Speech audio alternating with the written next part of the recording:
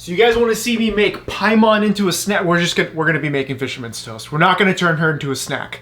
Not yet. The first thing we need to make is our shokupan or milk bread. In a small pot, add 30 grams worth of all-purpose flour and then 175 grams worth of water to start making your Tangzhong. This recipe is very similar to the yakisoba pan video. If you want to check that out, the links are down below. Now first we do need to bring this over to the stove and start cooking this down. This doesn't thicken up quite like a roux because of the water, but as you start to cook this over a very low heat, you will start to see it congeal almost into a very gummy mess that looks something like tapioca. Once you have it nice and thick, this does need to cool before we actually work with it. Now grab 175 grams worth of whole milk and microwave it for around 20 seconds to bring it to about 100 degrees Fahrenheit. Once you have that, add in 10 grams worth of yeast to start blooming this into your milk mixture. We do need to let this bloom for around 10 minutes before we work with it. In a stand mixer, add in 2 whole eggs, followed by your milk mixture. I like adding my liquid first, followed by my Tangzhong straight into the mixture, and then we're going to add in 560 grams worth of all-purpose flour. You can also use bread flour for this.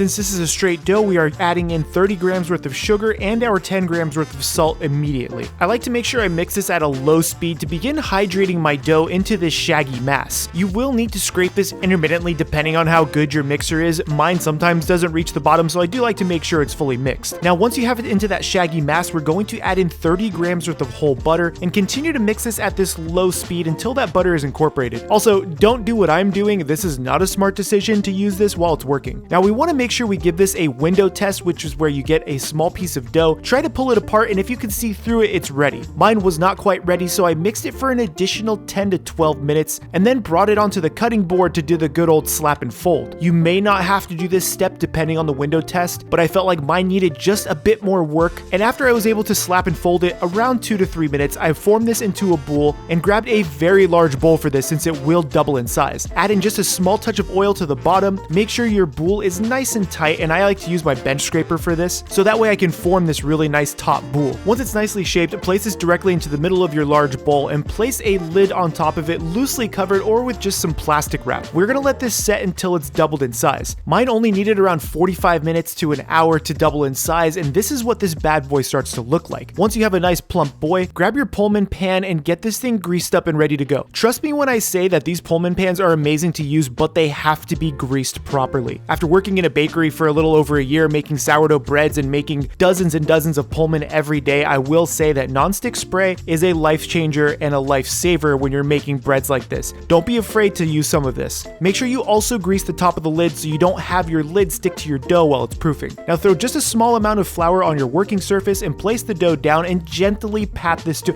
Look at the oppai. You can see how beautifully jiggly this is. Now I'm only patting this down to around a half an inch worth of thickness. You want to make sure that the rectangle is as even as possible, but don't try to overwork it. Now I do like to measure out the size of my rectangle of my dough to the same size as my Pullman, so this way it sits nice and tight. Now begin curling the bottom of your dough towards the top, keeping it as tight as possible, making sure that it is also as even as possible. You can see I had some unevenness in my dough, so you could just kind of pull it out just a bit, so this way you can keep this evenness throughout your dough. Even with doing this, my dough was slightly uneven, but it's going to bake fine. Make sure you do tuck in the ends on each side, making sure that you have the nice top piece of dough, so this way you also have the seam on the bottom, and that's the side that you want to place down into your Pullman pan. Once you have your dough ready to go, with those sides tucked in, place this seam side down into your Pullman pan. It's super important that the seam is side down. Now what you're really looking for is to make sure those sides touch the edge of the pan. This will force it to proof up rather than proof out. Now place your lid back on this, and this is going to sit for an additional 45 minutes to an hour to proof one more time. What we're really looking for is to have the dough crested right underneath the lid. You can see after that 45 minutes to an hour, this is what my dough begins to look like, and this is ready to bake off. I want to bake it off before it actually touches the top of that lid. Now bake this off at 350 degrees for around 30 to 35 minutes. Once it hits that mark, give it a little peek, you know? After being overly excited about your bread, make sure you do temp the bread to make sure that it is cooked in the middle. Once it reaches 200 degrees Fahrenheit, this is ready to go. Now with any Pullman, you do want to remove this from the loaf pan immediately so it does not begin to steam the bread. If left in here, it will condensate and ruin that bread.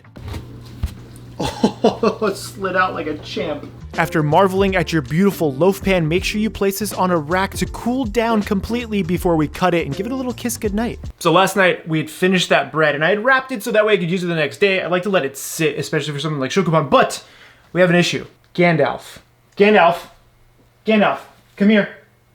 Hey, come here. Did you do this? Did you do this? Is this your fault? I'm shaming you in front of everyone. You ate this.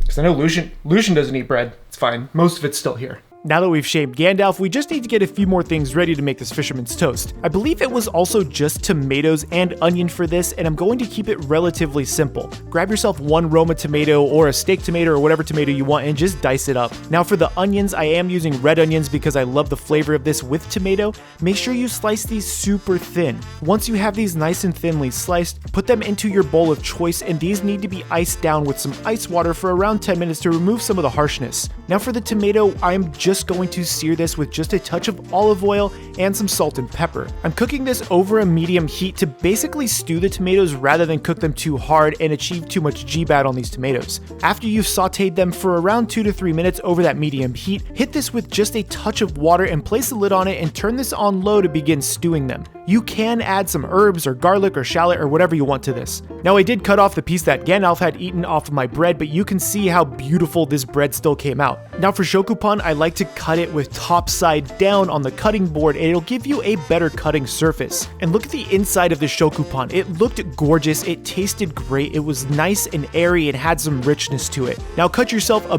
big old chunk of Shokupan, as this is up to you. I'm using a big old piece of toast because I think it's going to be phenomenal this way, and take this guy and pop it into your toaster oven if you want it slightly crispy. Now back to the tomatoes. These have only stewed for around 6 to 7 minutes and these are ready to go. If you don't have any tomatoes, you can just use a can of crushed San Marzano tomatoes. Those work really well in this application too. Now for your onions, make sure when you remove them out of the water, you do dry them off relatively well because no one wants soggy toast. I'm also going to garnish this with 1 leaf of parsley because I think that was on there. Now I have my toasted Shokupan fresh out of the toaster oven. Place down your beautifully stewed tomatoes right on top of that bread, making sure that you get full coatage from edge to edge. Garnish this with as many red onions as you would like. I probably added too much, but I really like onions. Hit this with your leaf of parsley, and there it is, your beautiful fisherman's toast from Genshin Impact, which takes a lot longer in real life. There it is, guys, the Fisherman's Toast from Genshin Impact. This really comes down to the bread that you use because the tomato is the tomato and the onion's the onion.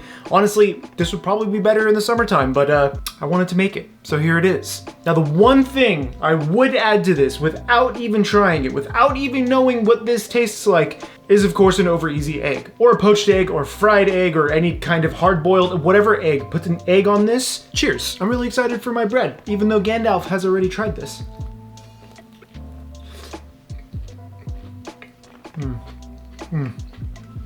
Look at the inside. It's like a cloud. It's like eating a cloud covered in tomatoes and onions. It's so simple. I grew up eating tomatoes and onions like this, like stewed tomatoes with onion and eggs and everything for breakfast, so this kind of takes me back a little bit. Other than the Shokupan, I usually had it with like pita bread. If you want to support the channel directly, check out the links below for brand new shirts, brand new headbands, and join our chef knife battle. My name is Chefpk. Get subscribed. Remember, keep playing with your food. This is a big old snack, like Lisa. You know what I'm saying? You know what I'm saying. Come on now.